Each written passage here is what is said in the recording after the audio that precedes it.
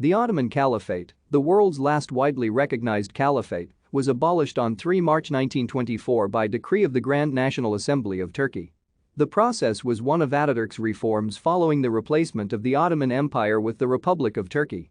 Abdulmejid II was deposed as the last Ottoman Caliph, as was Mustafa Sabri as the last Ottoman Shaykh al-Islām. The Caliph was nominally the supreme religious and political leader of all Muslims across the world. In the years prior to the abolition, during the ongoing Turkish Revolution, the uncertain future of the caliphate provoked strong reactions among the worldwide Sunni Islam community. The potential abolition of the caliphate had been actively opposed by the Indian-based Caliphate movement and generated heated debate throughout the Muslim world.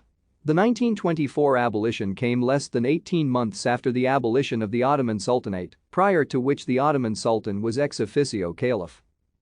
Mustafa Kemal Pasha reportedly offered the caliphate to Ahmed Sharif as Senussi on the condition that he reside outside Turkey. Senussi declined the offer and confirmed his support for Abdulmejid. Thank you for watching. Like and subscribe if you would like to view more of our videos. Have a nice day.